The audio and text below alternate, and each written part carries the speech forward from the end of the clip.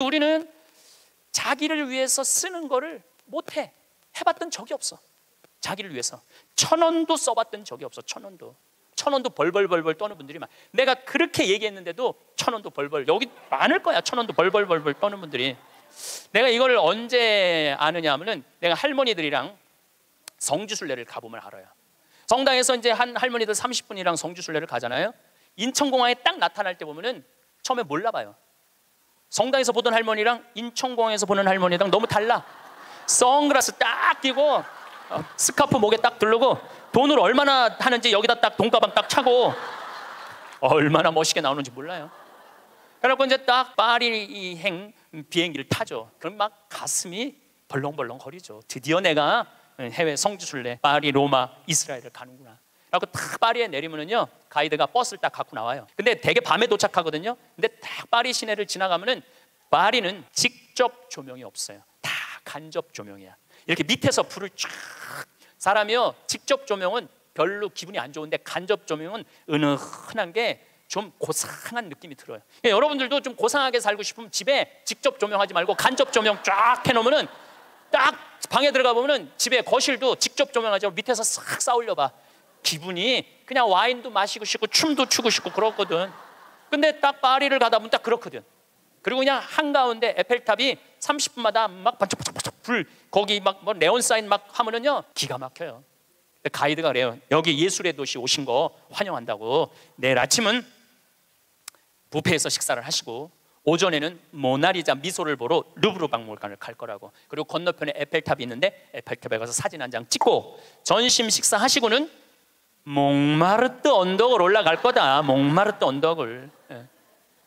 저녁은 세느강에서 선상 파티를 하고 밤에는 세계에서 가장 비싼 거리 쌍젤리제 거리에서 와인을 한잔하고 호텔로 들어갈 거다. 내일 스케줄은 이렇다. 그럼 진짜 가슴이 막 벌렁벌렁거려. 근데 막 하는데 여기는 다이아나비가 죽은 도로다. 그거 꼭 지나가더라고. 보니까 역사 뭐 나폴레옹이 막 그 뭐 개선문 막 이런 거 보면은 정말로 내가 드디어 이 예술의 도시 파리를 왔구나 그런 기분이 들어요.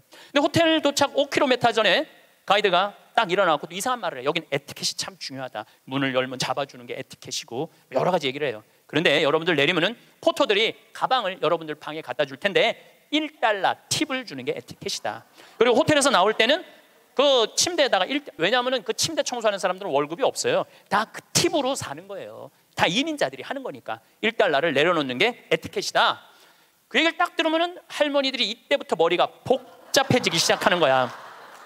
생각지 않았던 $2가 딱 튀어나온 거야. 생각지 않았던 $2가. 그래갖고 딱 호텔에서 딱 내리면은 정말 포터들이 막 모자를 쓰고 막 가방을 들고 가려고 하는 할머니들이 이렇게 말합니다. 놔두라고, 내가 들고 갈 거라고. 비행기 10시간을 타고 버스를 타고 얼마나 피곤해. 근데 그 큰 여행용 가방을 이제 밀고 끌기 시작하는 거예요. 그런데 한 30명 가면은 유럽의 호텔들은 엘리베이터가 다 작아요. 옛날 건물들이라 2명, 3명 들어가면 꽉 차. 그럼 또 재빠른 사람이 딱 들어가면은 이때부터 5분, 10분을 기다리면 승질이 나기 시작하는 거예요. 승질이. 로마에 도착하면 얘기하지 않아도 할머니들이 그 가방을 끌고 알아서 가요. 자기가 $1를 아끼려고. 호텔 나올 때도 까먹을 경우도 있지만 아까워. 다시는 안 오는데 그냥 나와버려. 그리고 압권이 있어요. 성지순례 끝나고 할머니들이 나한테 하는 말이 있어. 신부님, 세상에 나가보니까 맨 내 돈 뜯어먹는 도둑놈들밖에 없다고. 그리고 보통 1일 정도 순례를 나가는데 11일 동안 기억이 가방 끌고 다녔던 기억밖에 없는 거야. 가방 끌고 다녔던 기억밖에 없는 거야. 성지고 뭐고 힘들게 가방 끌고 다니면 나이는 먹었지.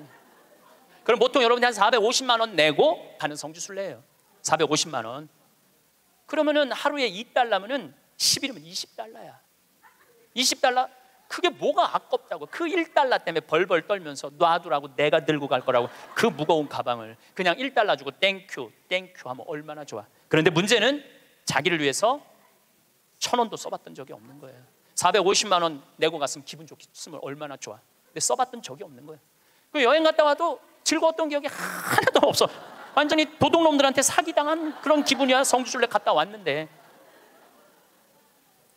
저도 뭐 많이 다니죠. 1년에 4개월은 외국에 나가 있으니까.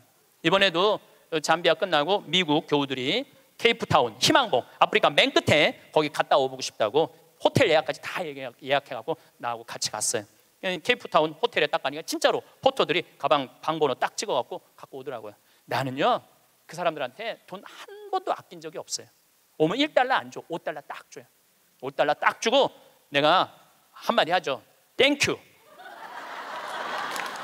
I come from Korea. 내가 꼭 얘기를 해요. 왜냐하면 중국 사람인 줄 아니까.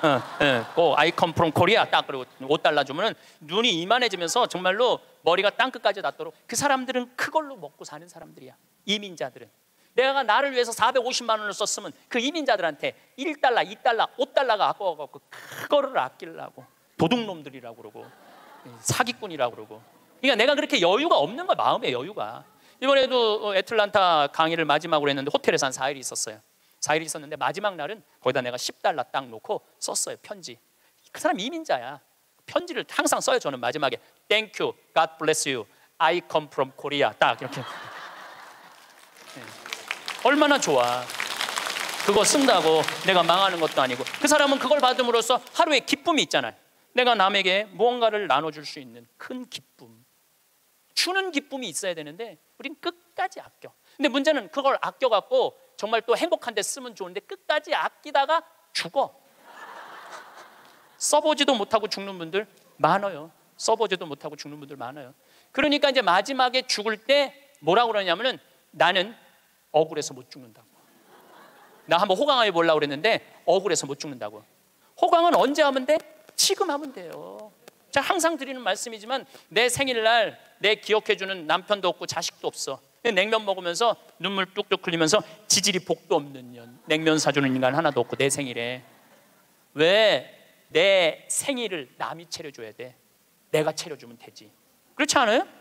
그러니까 야 너 60년 동안 70년 동안 애썼다. 내가 오늘 너한테 한턱 쏠게. 네 태어난 날이니까 그럼 내가 가서 먹으면 되지. 그러니까 지질이 복도 없는 년이 먹는 냉면 맛이랑 내가 한턱 쏘고 먹는 냉면 맛은 냉면 맛 자체가 달라요. 여러분들 정말 1,000원을 쓰더라도 멋있겠어. 폼나게 써요. 냉면을 먹어도 뽐나게 나가서 먹어. 눈물 뚝 콧물 뚝 흘리고 그러지 말고요. 행복은요 큰 데 있는 게 아니에요. 대통령 되고 무슨 장관 되고 국회의원 되는다고 그 사람들 안 행복해요. 그 사람들 소리 지르는 거 봐요. 그 사람들 행복하겠어요? 네, 안 행복해요. 부러워할 거 하나 없어요. 이제 연말만 되면은 나를 찾아오는 비전동 교우들이 있어. 나는 이제 연말이 되면 모든 에너지를 다 빼갖고 아무도 만나기 싫어. 와도 쳐다도 안 봐요. 세배하러 왔는데 무슨 세배냐고. 그런데 10년 동안 내가 보든 안 보든 자기네들끼리 밥 먹고 가도 10년 동안 변함없이 오는 친구들이 있어요. 근데 한 3년 전인가 4년 전에 또 세배라고 왔는데 내가 찬밥 대우를 했는데 마음이 좀 미안하더라고요. 근데 보통 저 같은 경우는 3년, 4년 후까지 스케줄이 보통 이렇게 보거든요. 근데 4년 전에 보니까 황금 연휴 10일이 딱 걸려 있더라고요. 그래서 정말로 평범한 친구들이에요. 야, 나하고 그때 내가 온전히 너희들하고 같이 여행 갈게. 그랬더니 이 친구들 한 30명이 한 달에 20만 원씩 3년 동안 개를 모았어. 그러니까 한 달에 20만 원이면 240만 원에 거의 700만 원을 모은 거예요. 여행비는 한 400만 원밖에 안 되는데. 그래갖고 이번에 여행을 갔다 왔어요. 그런데 기가 막히더라고요. 그 성지 뭐 나라도 아름답지만은 성지가 너무너무 좋더라고요. 그런데 오스트리아의 마리아 체리라는 성지를 갔어요. 뭐 여기저기 너무 다니니까 무슨 성지도 모르고 그냥 계속 가는 거죠. 근데 오후 3시 미사를 이제 경당에서 봉헌하기로 했는데 대성당에 딱 갔는데 대성당은 안 빌려줘요. 우리도 여기 지금 왜 여기 모였는지 알아? 명동 대성당 안 빌려줘서 여기 와 있는 거예요. 대성당은 잘 안 빌려줘요. 그래 특히 우리 같이 조그만 소규모의 순례객은 아예 안 빌려줘. 그것도 동양 사람들은 이게 커뮤니케이션이 안 되니까 더 안 빌려주죠. 근데 딱 성당을 이제 성모님을 이제 경배 드리려고 들어갔는데 크로아티아 사람이야. 여긴 오스트리아 성지인데 전통 복장을 입고 왔는데 브라스 밴드를 데리고 온 거야. 브라스 밴드를 데리고 와갖고 영성체후 묵상을 하는데 무슨 사연인지 모르는데 그냥 우는 거야. 신부도 울고 그 해설자도 울고 솔로한 사람도 울고 밴드들도 울고 교우들도 울고. 근데 그 음악을 연주하는데 너무 아름답더라고요. 근데 제가 2년 전에 이스라엘 성주순례를 갔는데 한 200명하고 갔는데 그중에 천주교 신자 아닌 자매가 하나 왔었어요. 근데 이 성주순례를 하면서 이게 살아있는 예수님을 느낀 거야. 그리고 거기 또 다 가톨릭 성지잖아요. 예. 이분은 종교가 달랐는데, 그런데 거기서 딱 요르단강에서 딱 거기서 천주교 세례를 받겠다는 거야. 그래서 요르단 강물을 퍼서 그 자리에서 세례를 줬어요. 세례명이 보난데 세례를 줬는데, 얼마나, 내가 세례를 줬으니까 영어로 파더라고 그러냐, 파더, 아버지 아니야, 아버지라고 그러면서 얼마나 안부도 잘 묻고 그러는지. 그래서 이번에 성주순례 데리고 갔어요. 성주순례를 데려갔는데 가톨릭 전례를 많이 못 봤잖아요. 근데 이 아름다운 전례를 보고 싶은 거야. 그래서 막 찾아갖고, 야 빨리 와서 이거 가톨릭 이런 아름다운 전례가 있다. 그걸 보는데 다 우는 거야, 성가를 부르면서. 근데 그 성당의 그 울림이 얼마나 좋아요. 그 옛날 성당들이 울림이 얼마나 좋아. 뭐 기가 막히더라고. 그걸 한참 보고 있다가 보는데 3시 미사에 내가 제의를 입어야 되는데 5분을 지난 거야. 그래갖고 제의를 못 입었어요. 그래갖고 이제 제의를 입고 그 경당에 가려고 그랬더니 폴란드에서 성주순례 온 신부하고 교우들이 그 경당에 들어가 버린 거야. 그러니까 우리는 미사할 데가 없어진 거예요. 미사할 데가. 그 들어갔는데 어떻게 나오라고 그래? 우리 거니까 나오라고 그럴 수가 있어요. 그런데 우리는 산에를 올라가야 되는 거야. 산에를. 대성당 꿈도 못 꿨고. 그 이제 제대 그 제의실 맡는 형제가, 제가 보니까 평신도 갔더라고요. 안 된다고. 저기 산으로 올라가야 된다고. 30분을 또 버스 타고 또 올라가면 우리 스케줄이 다 엉망이 되는 거잖아요. 너무너무. 근데 내 마음에 간절하게 대성당에서 미사를 봉헌하고 싶은 거야. 그 본당 신부가 나왔어요. 대성당에서 미사하고 싶다고. 바실리카거든요. 그랬더니 코리아에서 왔냐고 그래서, 우리 코리아에서 왔다고. 그럼 대성당에서 하라고. 네, 대성당에서 하라고. 이거 아직 박수 칠 것도 아니야 지금. 대성당에서 하라고 그랬는데 또 내가 키가 조그마니까 짧은 제의를 그 신부님이 다 찾아서 나를 입혀주더라고, 신부님이. 막 그때부터 가슴이 뛰기 시작하는 거예요.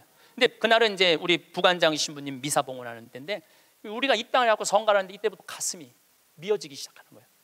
이 아름다운 성지에서 이렇게 미사를 봉헌할 수 있게 막 정말 입이 안 떨어지는 거예요. 근데 딱 강론을 시작하는데 우리 부관장 신부가 성모님 노래를 하는데, 그 노래도 기가 막히게 잘하는데 성당을 혼동 감싸 안는 거예요. 그러니까 순례 온 외국 교우들도 너무너무 아름다우니까 다 쳐다보더라고요. 난 눈을 뜰 수가 없었어. 눈 좀 울까 봐. 하여튼 너무 은혜로운 미사를 하고 딱 이 성지가 뭔가 봤더니, 이 성지는 850년 된 성지야. 성모님이, 여러분들 사진에 있어, 성모님이 예수님을 손으로 이렇게 잡고 있는 그 왕관을 쓰고. 그런데 얼마나 기적이 많이 일어났으면 그 목발이 수백 개가 있었대요. 목발 짚고 왔다가 다 두고 간 거죠. 근데 이제는 너무 기적을 바라갖고 다 친 거야. 다 치고 이제는 2차 세계대전 끝나고 난 다음에 세계 평화를 위해서 기도하라고. 근데 거기에 베네딕토 교황, 프란치스코 교황님이 다 다녀가신 성지야. 거기서 미사를 한 거야. 거기서 미사를 봉헌할 수 있었으니 이게 얼마나 이게 신나는 일이에요. 저는 그 은혜로운 미사를 봉헌하고, 물론 그 성당뿐만 아니라 곳곳의 성당에서 미사할 때마다 은혜를 너무나 많이 받았어요. 그런데 그 나하고 같이 30명이 성주순례를 갔는데, 거기 있는 분들은 다 일반 직장인들이야. 그냥 직장인들. 그렇게 열심히 신앙생활하고 신부한테 그렇게 잘하고 그렇게 착하고 성실하게 살아왔으면 그 정도는 누릴 자격이 있는 거예요. 그리고 여러분들이 부부가 평생 버는 돈이 23억이래요. 평균 대한민국에서 23억을 벌고 나를 위해서 500만 원 그 아름다운 성지순례 한 번을 못 가? 그리고도 지질이 복도 없는 년 성지순례 보내주는 사람도 없고. 누가 가면 돼? 내가 가면 돼. 내가. 남이 왜 내 행복을 남편한테 떠넘겨? 왜 내 행복을 자식한테 떠넘겨? 내 행복의 주인공은 누구야? 나야. 내 행복하게 해주면 돼요. 내가 남한테 바랄 거 하나 없어. 섭섭할 것도 하나 없어요.